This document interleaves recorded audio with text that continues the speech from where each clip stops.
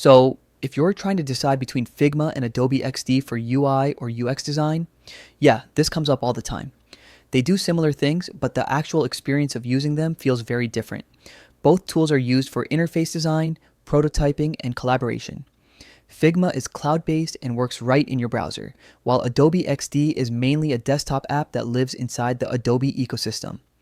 In terms of ease of use, Figma is usually faster to pick up. You just open a browser and start designing. Adobe XD is also user-friendly, but setup and updates depend on Creative Cloud, so yeah, there's a bit more friction. Collaboration is where Figma really pulls ahead. Multiple people can work in the same file at the same time, leave comments, and see updates instantly. Adobe XD does support sharing and comments, but it's not as real-time. For prototyping, both tools are solid. You can create interactive flows, transitions, and animations in both. Adobe XD feels slightly stronger for motion design, but Figma keeps improving fast, so the gap is closing. When it comes to plugins and pricing, Figma has a huge plugin library and a very usable free plan.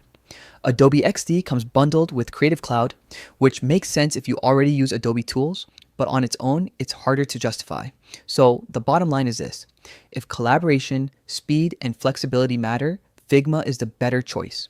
If you're already deep into the Adobe ecosystem and mostly work solo, Adobe XD can still work, but for most designers today, Figma is the winner.